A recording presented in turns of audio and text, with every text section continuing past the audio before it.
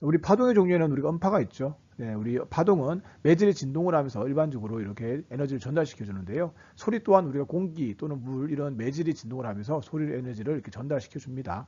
자, 근데 우리가 매질 없이도 우리가 에너지를 전달시켜 주는 경우도 있죠. 바로 뭐냐면 비탄성파, 전자기파이죠. 자, 전자기파는 과연 어떻게 에너지를 전달할까 궁금하잖아요. 근데 한번 생각해 보면 쉬운 것 같아요. 여러분들이 이렇게 개울가를 지날 때 여러분들이 지나가면서 하나의 돌을, 다시 말하면 여러분 징검다리를 나아가면서 이렇게 진행하는 거죠. 자, 그래서 우리가 XYZ 우리가 이렇게 공간을 한번 만들어 봤고요. 이 공간을 전자기파가 진행할 때 우리가 어떻게 진행하냐면요. 자, 여러분들이 돌을 논다고 말씀드렸잖아요. 자, 이것처럼 뭐냐면 전자기파는 전기장과 우리가 자기장이 서로 돌을 나아가면서 이렇게 진행하는 거거든요. 그래서 우리가 어떻게 진행되는지 한번 표현을 한번 해보도록 하겠습니다. 이렇게. 자, 이렇게 전기장과 자기장이 서로 우리에게 돌을 나아가면서 징검다리를 나아가면서 진행하고 있어요. 자, 뭐 예를 들어서 우리가 XY 평면에 자기장이 이렇게 있다면 우리가 있는 YG 좌표는 이렇게 전기장이 있는 거죠. 자, 이렇게 퍼져나가는 요정도 알고 계시면 될 것 같고요. 여기서 우리 확인해야 될 것들이 있습니다. 몇 가지 확인하고 우리가 다음 이야기 진행해 보도록 할게요. 자, 뭘 확인해야 되느냐? 첫 번째, 보이는 것처럼 뭐냐면 전기장이 최소일 때 자기장도 최소라고 여러분도 쉽게 확인할 수 있겠죠, 그죠? 자, 그리고 전기장이 최대일 때 자기장도 최대라는 것도 요한 여러분들께서 확인할 수 있을 것 같습니다. 자, 또 중요한 게 뭐가 있느냐 하면 우리가 전기장과 자기장과 우리가 전자기파의 진행 방향 관계인데요. 자, 방금 전에 말씀드렸지만 자기장이 XY 평면이라면 전기장은 YG 평면으로 말씀을 드렸어요. 자, 이런 각도 몇 도이다 우리가? 그렇죠. 바로 90도라는 거 여러분들께서 확인할 수 있을 것 같아요. 전기장과 자기장은 90도를 이루고 있다. 자, 그리고 진행하는 방향 또한 우리가 확인할 수 있을 것 같은데요. 자기장과 파동의 진행 방향 이런 각도 90도이다. 확인할 수 있고요.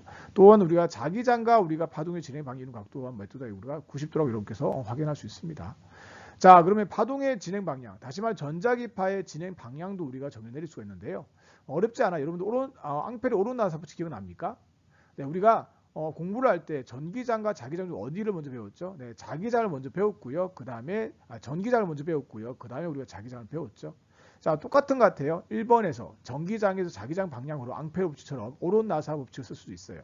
이렇게 손을 감아 보게 되면 여기 나와 있죠. 전기장에서 우리가 자기장 방향 손을 감았을 때 이 엄지손가락이 가리키는 방향, 바로 여기 같은 경우는 플러스 Y 방향이 전자기파의 진행 방향이라고 할 수 있겠네요. 자, 이것처럼 뭐냐면 전자기파는 우리가 매질 없이도 전달될 수 있고요. 전기장과 자기장의 관계, 그리고 진행 방향 이런 것들을 여러분께서 체크해 주실 필요가 있을 것 같습니다. 전자기파의 종류를 파장에 따라서 한번 분류해 하는데요. 자, 우리에게 가장 익숙한 우리 가시광선부터 한번 해보도록 하겠습니다. 자, 먼저 가운데를 제가 가시광선을 잡도록 할게요. 자, 가시광선을 잡았을 때 여러분들 빨주노초 바람보 색깔 보이시죠? 네, 보니까 우리가 파장이 긴 쪽이 뭐가 있습니까? 그렇죠. 빨간색이 보이시죠? 네, 빨간색이 우리가 가시광선에서 파장이 길고요. 보라색이 파장이 짧다는 거 여러분들께서 확인할 수 있습니다. 자, 그럼 가시광선보다 파장이 긴 우리가 전자기파는 어떤 것들이 있을까 찾아본다면 이렇게 적외선, 마이크로파, 이렇게 라디오파가 있다는 것도 확인할 수가 있고요. 참고로 우리가 마이크로파보다 긴 파장의 우리가 전자기파를 우리는 통칭으로 통틀어서 우리는 전파라고 이렇게 이야기를 하기도 합니다. 자, 그리고 이제 가시광선보다 파장이 짧은 파장을 가본다면요. 이렇게 자외선, X선, 감마선이 있다는 여러분들께서 이해할 수 있습니다. 참고로 여러분께서 이제 파장에 대해서 이름 다 외우셔야 되는데요. 여기는 이제 자외선과 적외선 좀 외우기 쉬울 것 같습니다. 먼저 우리가 제가 외운 방법을 한번 말씀드려보도록 할게요. 가시광선에서 제가 파장이 긴 것은 빨간색이고 짧은 것은 보라색을 말씀드렸는데요. 저는 이렇게 외웠어요. 파장이 기니까 폭이 커 보이죠. 그래서 글자를 보면 글자의 모양이 빨간색은 폭이 커 보이고요. 보라색은 폭이 되게 좁잖아요. 그래서 저는 빨간색과 보라색의 파장을 비교할 때 이렇게 글자의 모양을 보고 외웠고요. 좀 유치해 보일지 모르지만 더 유치한 것도 있었던 거 기억나시죠? 자, 뭐였냐면 우리가 매질 속에서 우리가 전자기파, 가시광선의 빨주노초 파란부에서 어떤 게 더 빠른지 할 때 빨간색, 빨간색 기억나시죠? 자, 이것처럼 뭐냐면 우리가 이 가시광선에서는 우리가 파장을 비교한다면 우리가 빨간색 글자의 모양을 보고도 빨간색과 보라색의 우리가 파장의 크기를 우리가 비교할 수 있다는 거 한번 제가 외웠던 거 한번 소개해 드렸고요. 또 한 가지는 이제 조금 이건 덜 부끄러운 것 같긴 합니다. 자, 어떤 거냐면요. 우리가 이 빨간색은 다른 말로 우리 뭐라 그러죠? 우리가 네, 적색이라고 하잖아요. 적색이니까 어디 보이죠? 우리가 적외선의 적색 보이죠? 그 적색, 적외선. 그래서 이렇게 외웠고요. 그다음에 우리가 보라색은 다르게 우리가 자색이라고 하잖아요. 자색 보니까 자외선의 자 보시죠. 자외선. 저는 이렇게 외웠던 것 같아요. 나머지는 어떻게 외우느냐? 알아서 외우시기 바랍니다. 자, 그러면 이제 우리가 이걸 외웠다 가정하고 이제는 우리가 파장에 따라서 전자기파의 파장에 따라서 물리량도 한번 비교해 보려고 하거든요. 자, 그래서 파장이 길어짐에 따라서 여러분 외우고 계셔야 돼요. 감마선, X선, 자외선, 가시광선, 적외선, 마이크로파, 라디오파. 때에 따라서는 마이크로파 이상의 파장을 전파라고 하기도 한다는 것도 여러분들께서 기억해 주시면 좋을 것 같습니다. 자, 이렇게 진함에 따라서 우리가 이제 파동의 물리량을 한번 비교해 보려고 하는데요. 자, 파동의 물리량 여러분 잘 알고 계시잖아요. 그죠? 우리가 뭐냐면 파장도 알고 계실 것 같고요. 그 다음에 속력, 파속이죠. 진동수, 주기도 여러분들께서 잘 알고 계실 것 같습니다. 자, 그러면 우리가 이제 파장부터 한번 비교를 해볼게요. 자, 그림에 잘 표현 나와 있죠. 자, 우리가 감마선에서 라디오파로 갈수록 파장은 어떻게 되고 있다. 우리가 길어지고 있다. 여러분들 이미 다 잘 알고 계시는 내용입니다. 그죠? 자, 그러면 속력을 비교해 볼 건데요. 진동수와 주기와 속력의 관계를 좀 이해하기 쉽게 하기 위해서 이 속력을 조금 제가 앞에 조건 하나 줄게요. 어떤 조건 줄 거냐면, 자, 진공에서 우리가 여기 있는 전자기파의 속력을 한번 이야기를 한번 얘기해 보도록 하겠습니다.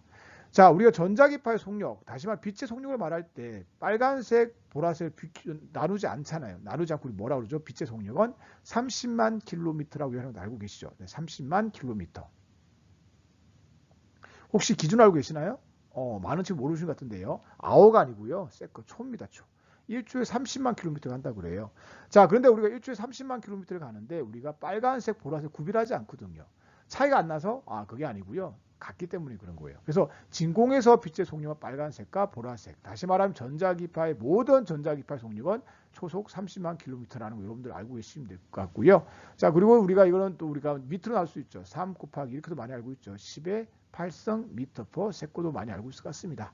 자, 이걸 우리 뭐라고 하죠? 우리가 광속이라고 하죠. 빛의 속력. 광속이라고 그러고요. 보통 문자로 이렇게 C로 표현하기도 합니다. 자, 그래서 결론은 뭐냐? 진공에서 파동의 속력이 어떻다? 우리가 일정하다라고 이렇게 얘기할 수 있습니다. 일정이라고 할 수 있겠네요. 자, 그럼 이제는 진동수를 비교를 해봐야 되는데 이제는 여기를 한번 통칭으로 가보도록 할게요. 자, 파장과 속력과 진동수와 주기는 관계식은 여러분들 잘 알고 계시죠? 어떤 관계식이죠? 우리가 그렇죠? 파동의 속력은 뭐다? 우리가 주기분의 파장이고 얘는 뭐다? 우리가 파장 곱하기 진동수라는 거 여러분들 잘 알고 계시거든요. 자, 그래서 우리가 가만히 보게 되니까 이걸 눈에 보이죠. 바로 뭐냐면 여기 있는 우리가 이 빛의 속력, 파동의 속력은 빛의 광속이니까 C로 일정하다. 그렇죠? 일정하죠. 일정하다. 자, 그런데 보니까 뭐가 파장이 길어지고 있잖아요. 파장이 길어지고 있으니까 뭐가 여기 있는 주기는 어떻게 돼요? 주기는 같이 커지게 될 것이고 진동수는 작아지게 되면 여러분들 직관적으로 찾을 수 있으시겠죠. 자, 그럼 한 번 더 표현을 해볼까요? 우리가 표현을 해볼게요. 자, 여기서 표현해 본다면 광속 C는 T분의 람다니까 써본다면 T는 뭐다? 우리가 T는 C분의 람다가 나오거든요. 자, 무슨 말이죠? 네, 바로 주기는 우리가 파장에 비례한다고 여러분들 쉽게 찾을 수 같아요. 자, 그리고 또 하나 더 넣을 수가 있잖아요. 뭐가 있죠? 우리가 네, C는 람다 F가 되니까 자, F는 뭐다? 우리가 람다 분의 C가 넣을 수가 있거든요. 자, 그래서 우리는 뭐다? 진동수는 우리가 파장에 어떻다? 우리가 반비례한다는 걸 확인할 수가 있거든요. 그래서 결론적으로 말을 한다면 우리가 진동수는 어떻게 된다? 우리가 작아지고 주기는 커진다라고 얘기할 수 같아요. 그죠? 자, 그리고 한 가지 들어가 보도록 하겠습니다. 자, 마지막. 요거는 이제 좀 현대물로 나오는 거죠. 바로 뭐냐면 에너지. 자, 바로 뭐냐면 광자의 에너지를 할게요. 광자. 빛의 에너지인데요. 우리가 빛은 에너지 나왔다면 광자라고 할 수가 있거든요. 광자의 에너지를 한번 해본다면 어떻게 쓸 수 있어요? 자, 우리 광자 에너지 하니까 떠올릴 꼭 시계 하나 있을 것 같습니다. 광량돼서 광자 에너지 E는 뭐다? 우리가 HF라는 거 여러분들께서 알 수 있죠. 그죠?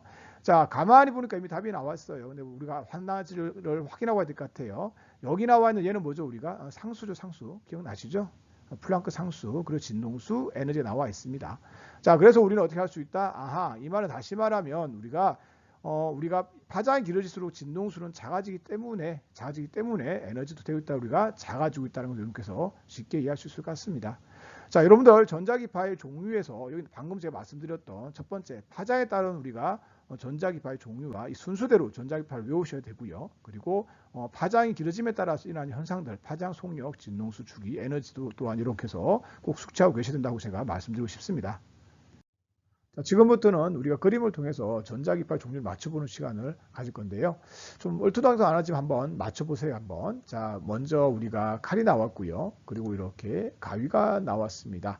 자, 칼과 가위를 가지고 표현하고 싶었던 전자기파는 어떤 게 있을까? 감이 잘 안 오시죠? 그래서 첫 번째 퀴즈는 여러분들께서 몸풀이로 한번 답을 말씀드리겠습니다. 네, 감마선을 표현하고 싶었어요. 자, 우리 이제는 좀 연결될까요? 감마 나이프, 뭐가 있죠, 우리가? 네, 암 치료할 때 많이 사용되고 있잖아요. 그리고 가위. 어떤 가위냐면요, 엿가위가 아니고요, 유전자 가위라는 게 있어요. 유전자 가위는 뭐냐면 우리가 바로 감마선을 이용하고 있다는 거죠. 자, 그래서 우리가 뭐냐면 이 감마선의 우리가 이제는 용도와 특징에 대해서 한번 알아보도록 하겠습니다. 감마선의 용도는 방금 전에 말씀드렸지만 일반적으로 우리가 암 치료에 많이 사용되고 있죠. 자, 그러면 어떤 특징 때문에 이 암 치료에 사용될 수 있는지 한번 보도록 하겠습니다. 자, 가장 먼저 투과력이 매우 좋아요. 투과력이 매우 좋다. 자, 두 번째는 에너지가 매우 크다. 근데 가만히 보니까 에너지랑 투과력이 또 매칭될 수도 있겠죠. 에너지가 크면 그만큼 또 뚫고 들어갈 수 있는 그만큼의 우리가 에너지 크기 때문에 그만큼 투과력이 좋을 수도 있을 것 같습니다. 자, 또 뭐가 있을까요? 네, 원자핵 붕괴 시 이렇게 방출되는 걸 여러분들 알 수 있을 것 같아요. 원자핵 붕괴될 때 나오는 거 크게 세 가지가 있잖아요. 알파선, 베타선, 감마선. 자, 우리 감마선이 가장 우리가 뚫기 힘들죠. 우리가 일반적으로 우리 콘크리트 벽 30cm를 뚫다고 이렇게 나와 있잖아요. 그죠? 자, 그리고 마지막으로 화상, 암 유발, 유전자 변형이 일어날 수 있다라는 것도 여러분들께서 또한 확인할 수 있을 것 같습니다. 자, 여기 나와 있는 것들, 우리 감마선에 대해서 나와 있는 것들 여러분들이 다 기억해 주셔야 된다는 거 여러분 알고 계시죠? 자, 그 다음으로 한번 가보도록 하겠습니다. 자, 어떤 전자기파일지 이거는 좀 쉽게 감이 오시죠? 네, 맞습니다. 바로 엑스레이를 이용하는 바로 촬영이죠. 많은 친구들이 여기 있는 그림을 보고 조금 약간 안 맞다고 생각할 수 있지만 여기는 좀 뭐 엑스레이 고장이 났거나 아니면 여기에 뭔가 좀 엑스레이를 투하하지 못하는 물질들을 입혀놓지 않았는가라고 생각하시면 뭐 예쁘게 받아줄 수 있지 않을까라는 생각이 듭니다. 자, 우리 X선에 대해서 제일 하고 싶었고요. X선의 우리가 용도와 특징에 대해서 한번 해보도록 하겠습니다. X선은 어디 사용되고 있다고요? 그렇죠. 엑스레이 사용되고 여러분 잘 알고 계시죠? 엑스레이 촬영. 엑스레이 촬영은 다양한 데 또 사용되고 있어요. 자, 한번 볼게요. 신체 내부를 우리가 촬영할 때 또 사용되고 있죠. 수화물 내 물품 검색. 영화에서 많이 보잖아요. 총 같은 거 나오기도 하고, 그죠? 총알도 보이기도 하고, 그죠? 자, 그 다음에 또 우리가 물질의 특성을 파악할 때도 이러한 엑스선을 사용하고 있습니다. 자, 어떤 특징 때문에 엑스선을 사용하고 있을까? 네, 뭐 한번 특징 찾아볼게요. 자, 투과력이 좋습니다. 물론 무엇보다 안 좋을까요? 우리가 감마선보다는 조금 엑스선이 좋지는 않지만 상당히 또 투과력이 좋고 그나마 좀 감마선보다 안정적인 우리가 전자기파의 한 종류라고도 알 수 있을 것 같습니다. 자, 컵이죠. 컵을 가지고 제가 어떤 전자기파의 우리가 종류 말씀드리고 싶었을까요? 자, 이제는 감이 오시죠? 네, 맞습니다. 이 컵을 보게 되니까 갑자기 우리가 식당이 떠오르시죠? 네, 식당에 우리가 있는 컵. 네, 바로 뭐냐면 살균작용. 바로 뭐죠? 우리가 자외선을 이용하고 있죠. 자, 그러면 우리 자외선의 우리가 용도와 특징에 대해서 한번 얘기해 보도록 할게요. 자, 자외선 방금 말씀드렸지만 뭐다 우리가? 네, 살균작용에 사용되고 있다. 자외선 상당히 우리가 에너지가 큰 우리가 전자기파거든요. 가시광선보다 에너지가 크기 때문에 살균작용에 이용되고 있다는 걸 확인할 수 있을 것 같고요. 자, 그리고 또 볼까요? 우리가 피부 노화의 원인이 되기도 합니다. 네, 좋지 않네요. 네, 우리가 그만큼 에너지가 작지 않다는 이야기죠. 자, 또한 우리가 비타민 D를 합성하는 데 사용되고 있고요. 비타민 D 합성도 사용되고 있다. 자, 한 가지 더 좀 특이한 게 있습니다. 자, 뭐냐면 위조지폐 감비를 사용되고 있습니다. 자, 우리가 지폐에는 이렇게 형광물질을 발라놨는데요. 이 형광물질 특징이 있습니다. 형광물질은 자외선 영역의 빛을 받아들여서 우리가 흡수해서 우리 가시광선 영역을 이렇게 방출하고 있거든요. 자, 그래서 위조지폐 사용되고 있다고 확인할 수 있을 것 같고요. 자, 특징은 어떤 특징이 있느냐라고 한다면 요거 하나 말씀드릴게요. 유리를 잘 투과하지 못합니다. 투과하지 못하기 때문에 혹시 여러분들 추운 겨울에 햇빛을 보신다면 피부 노화를 방지하고 싶으시다면 유리창 뒤에서 이렇게 햇빛을 쬐다면 조금 더 도움이 되지 않을까라는 생각이 듭니다. 빨주노초 파남보 잘 보이시죠? 네, 물건은 아니지만 과연 이 그림을 통해서 여러분들에게 무엇을 말하고 싶었을까? 그렇죠. 빨주노초 파남보 가시광선에 대해서 얘기를 하고 싶다는 거 여러분들 잘 아시겠죠? 네, 자, 가시광선에 우리가 용도와 특징이 있는데요. 너무 우리가 주변에서 많이 쓰는 거기 때문에 너무 정말 힘들어요. 그래서 한번 쓴다면 용도는 시각이다라고 한번 정리 내려봤습니다. 자, 특징은 우리가 사람의 눈으로 관찰이 가능하다. 그게 다 가시광선용이잖아요. 그죠? 자, 그리고 광학기구에 사용되고 있다. 또 잘 알 수 있을 것 같고요. 우리가 파장은 대략 380 나노미터에서 한 750 나노쯤 된다라는 것도 여러분들께서 또한 당연히 받아들일 수 있을 것 같습니다. 특별한 건 없고요. 그죠? 그래서 이 가시광선은 너무 많이 사용되기 때문에 용도와 특징을 쓰려면 너무 많기 때문에 간단하게 한번 이 정도로 한번 정리를 해봤습니다.